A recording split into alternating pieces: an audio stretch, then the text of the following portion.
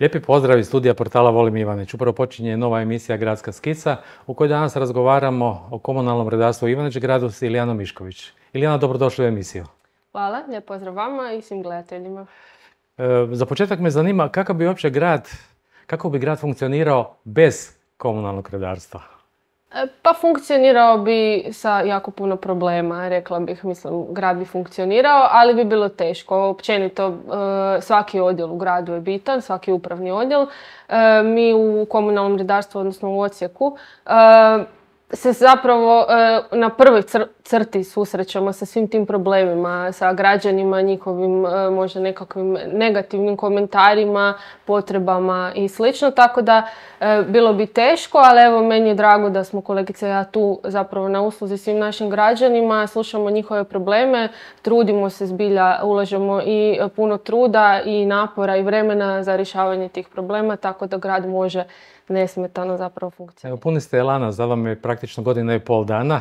Tako. Nije vam se taj izazov jer ste prešli iz obrazovanja na ovaj posao, nije vam se zamjerio posao. Znači vi možete hendlati upravo sa tim nezadovoljnicima, jer ja znam da svako ko se požali pa vi to riješite ili ne ovisi uvijek samo o vama, da su takvi zadovoljni i da takvi ništa po navodnicima ne brundaju. Mislim, ja se u to mogu uračunati, ali ovi koji su nezadovoljni, kako s njima uspijevate? Pa, zapravo, odgovorit ću prvo na ovo, jel mi teško nije. Mi teško i zapravo volim ovaj posao, zanimljivo mi je raditi. Ono što sam i prošli put spomenula, dinamičan je, nije monotono. Zapravo ni kolegica ni ja ne znamo kakav će nam biti radni dan. Imamo nekakav raspored, plan i program, ali to se vrlo brzo izmjeni. Kad dođemo na posao i kad krenu nekakvi možda pozivi, dolasci ili problemi koji sustižu, pa onda mi moramo to nešto hitnije, za nešto se ipak treba malo više vremena odvojiti. Ali zanimljivo nam je i evo jedna i druga smo zapravo takav tip osobe da nam to nije teško i imamo razumijevanje. Mislim da svaka osoba koja nama pristupi ima određeni problem, to treba shvatiti ozbiljno, svaku osobu treba shvatiti ozbiljno. Možda je u tom trenutku taj problem nama klasificiran kao manji problem, ali toj osobi je to velik problem. Tako da tu kroz nekakvu komunikaciju i naravno sav naš trud i znanje zapravo i tu djelatnost kojom se bavimo, onda probavamo to i riješiti. Nešto uspijemo jako brzo, na primjer, nešto što ovako uspijevate brzo riješiti, a što, nažalost, znam da ne ovisi o vama kad je kod vas prijavljeno, ali nije ingerencije možda grada. Da, evo, možda sad možemo se dotaknuti aktualne teme, to je košnja, visoka trava, ili recimo prošle godine kada su bili komarci u pitanju, nama se ljudi javljaju sa tim problemima i jasno nam je da su to problemi koji su njima u tom trenutku primarni. Nažalost, nas dvije ne flaksamo, ne kosimo, ali jer bi samo to trebalo. U nekim trenucima je komentar, pa to je doslovno 10 minuta posla, zašto to ne bi odradili. Ali evo, znači mi zapravo u suradnji s komunalnim centrom i oni se trude, a i mi se trudimo zapravo da se to ishendla što brže.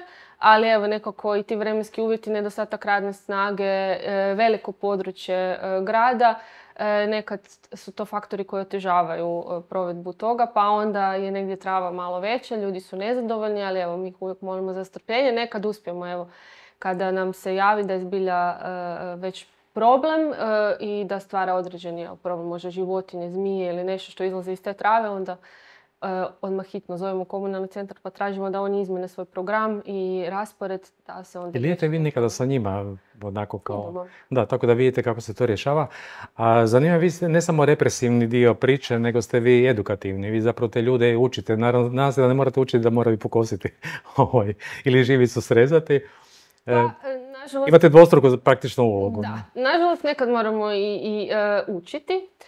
To ste se dobro izrazili. Imamo i dosta prijava neodržavanih čestica koje su u privatnom vlasništvu, dakle nešto što nije javna površina i onda je to problem susjedima koji svoju česticu održavaju, brinu se i ova susjedna koja je neodržavana stvara određene probleme. Tako da mi naravno izlazimo na teren, moramo sve evidentirati, fotografirati i sastaviti službenu zabilješku i onda izdamo rješenje o izvršenju obavezne radnje gdje tražimo od vlasnika da on počisti svoju česticu. Naravno, tu pričamo o onim česticama koje graniče sa javnom površinom jer tu nam je po zakonu i odluci o komunalnom redu zapravo i naša nadležnost. Kad sam dolazio na snimanje ove emisije, jedan čovjek me pitao u ulici, to je ona Siporeksova tamo Matoša, da je neko tablica, da je potrgana, da se ne vidi više da je to Matoševa ulica. Pa recimo, koliko je potrebno da vi to, na primjer, riješite, da vam tako neko dojavi? Izdajemo nalog odmah komunalnom centru koji onda mora naručiti table. Sad se ovisi o tome kolika je gužva u tiskari i koliko traje zapravo dostava te table, ali načelno kroz nekakvih možda tjedan dana to može biti vrlo brzo riješeno. Jer kažem, ovisimo o tome da se tabla mora izraditi, naravno. Ne postoji na lageru cijeli spektar tabla sa svim ulicama grada, ali evo mi znači izdajemo nalog komunalnom centru koji nam po odluci. Ali to je zapravo važno to promptno rješavati, jer onda su i ljudi zadovoljni, onda ne nose nekako nezadovoljstvo ili brundaju, te nisu to napravili pa nije im važno, a zapravo vam je sve važno, nešto god se... Koliko vi tijekom dana provodite, ne znam sada recimo, otprilike vremena, naravno da se morate pripremiti i da morate primiti to sve u kancelariji, a koliko ste vani u ovom realnom svijetu? Pa trudimo se biti dosta u realnom svijetu i na terenu.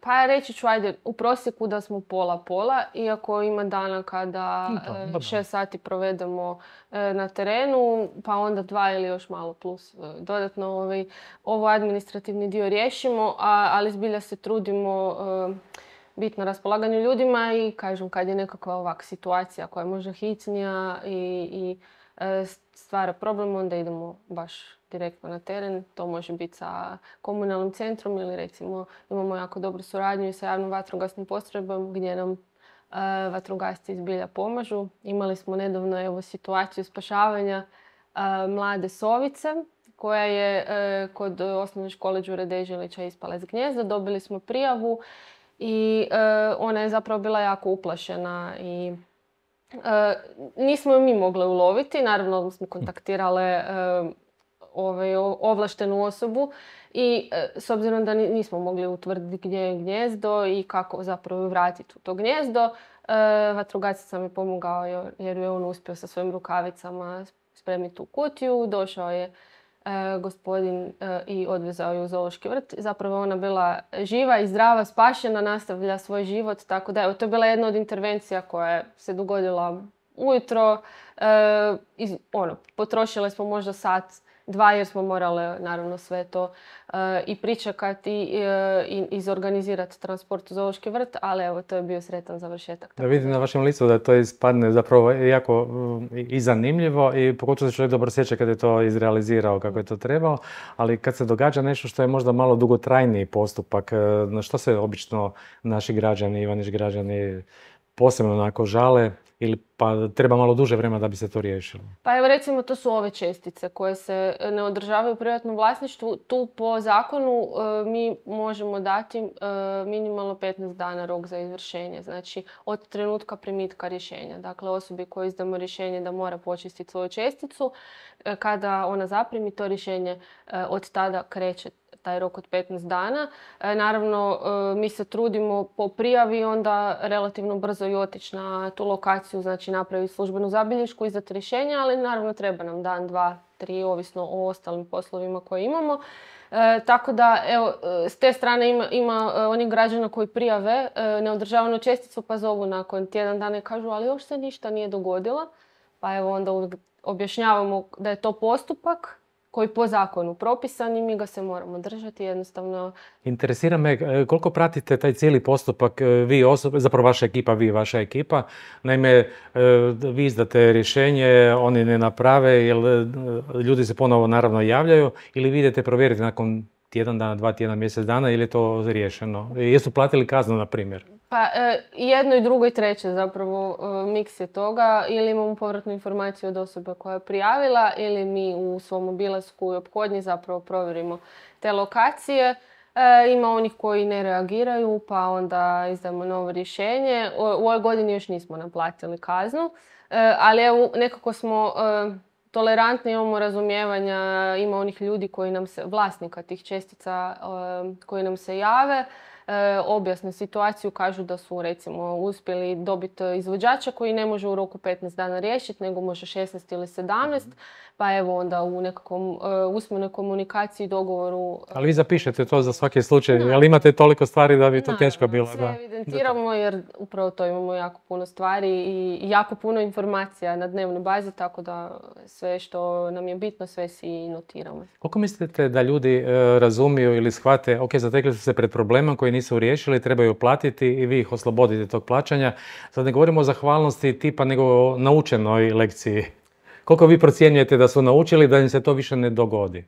Dobro pitanje, odnosno koliko su ljudi zahvalni i nezahvalni, tako izrazim, ali ima onih koji zbilja cijene i razumiju i svjesni su situacije i s njima je vrlo ugodno i jednostavno i dogovoriti i razgovarati, ali ima onih koji su jednostavno, bez obzira na to što su u tom trenutku oni u nekom prekršaju, oni žele nas educirati na nekakav svoj način. Tako da ima različitih razgovora i situacija gdje ima oni koji su zbilja, kažem, u komunikaciji ugodni, svjesni situacije i nauče nešto, pa onda sljedeće godine ne ponavljaju istu pogrešku, ali ima onih koji jednostavno vole ponoviti, tako da svi smo različiti. Evo sad nam se približava ljeto. Kakvi vas sve, znam da i na godišnji odmore čovjek ide, ali što je obično ljeti najveći problem, osim ove košnje? Pretpostavljam ako su sad pokosili da neće opet stići ta priča. Sa kakvim se situacijama srećete vi tijekom ljeta kad radite?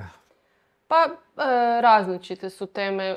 Je da su ljeti dani duži i da, s obzirom da smo imali određene poteškoće sa javnom rasvjetom i popravcima na njima, ali nekako tek smo prije ovaj mjesec potpisali ugovor sa novim izvođačem za održavanje, tako da očekujemo da će se još neko vrijeme potezati ti problemi određenih lokacija gdje je javna rasvjeta u kvaru, iako se krenulo po onom popisu koji mi imamo i sanacija je u tijeku. Ali to je nešto što recimo na dnevnoj bazi, bez obzira je li zima ili ljeto, dobivamo. Komarci. Komarci su jako velik problem ljeti. Prošle godine jednostavno su bili takvi uvjeti. Komunalni centar zapravo sklapa ugovor sa izvođačem u provedbi tog adulticidnog i larvicidnog tretmana protiv komaraca i bilo je jako puno pritužbi prošle godine. Čak smo u zadnjoj akciji, evo, osobno sam se ja vozila u vozilu sa zaprašivačima. Sanitacija, gdje smo zbilja ušli u svaku ulicu. Ono što je ljude jako možda zbunilo, to je tretiranje koje je novije i nema onog bijelog dima, nego je to maglica vodena i onda su oni mislili da vozilo koje je u pokretu, koje je prošlo ulicom, zapravo nije ispustilo dim i nije ni tretiralo komarce, nego su se samo vozili. Tako da je tu bilo dosta i pitanja i nekakvih negodova. Ljudi žele biti stručnjaci za sve. To je valjda prirodno tako, pa onda evo i u tom segmentu. Ali komarci su nam bili evo prošle godine. Počeli su i počeli su upiti, pa evo već najavljena. Moram priznati da je poprilično dobra situacija. Naime, tenis igram, pa tamo smo i oznojeni na toj vrućini i tako, da smo dosta pošteđeni. Tu i tamo nešto proleti, ali imamo reket u ruci, pa to rješavamo. To je dobro, da. Ovisi o lokaciji, naravno, ali ono što je isto možda jedan dio problema koji možda ljudi nisu ni svjesni, to su te vode koje drže možda u nekakvim bačvama ili slično. Tu se komarci jednostavno... Njih ostanište, da. Tako je. Tu su larve i onda je i veći broj komaraca, kao što je recimo i oko tih čestica koje imaju visoku travu ili ne znam, pored rijeke i slično. Ali to je, kažem, sve ovisi o lokaciji. Evo, mi smo tako jednom moćno na kraju. Hvala vam lijepo na razgovoru. Želim vam što manje posla, a i kad dobijete posao da ga što prije riješite, da osobe koje će to riješiti, naravno jer to je vaša i funkcija i smisao, i da ljudi poštuju koliko ne samo vi, nego i cijeli grad radi za dobrobit. Jer ne može biti idealno. Kad bi bili idealno, vjerojatno bi bili zatvoreni u nekoj kutiji i onda bi nam neko dostavljao hranu pa bi rekli super, opet bili nezadovoljni, bi bili zarobljeni. Ovako smo slobodni. Hvala vam lijepo. Hvala vam lijepo na pozornosti. Ovo je bila Ilijana Mišković, komunalna redarica iz Ivanić-Grada. Pratite nas na društvenim mrežama, na portalu Volim Ivanić, na YouTube-u. I do neke nove zgode, lijepi pozdrav iz studija portala Volim Ivanić. Još jedan put hvala.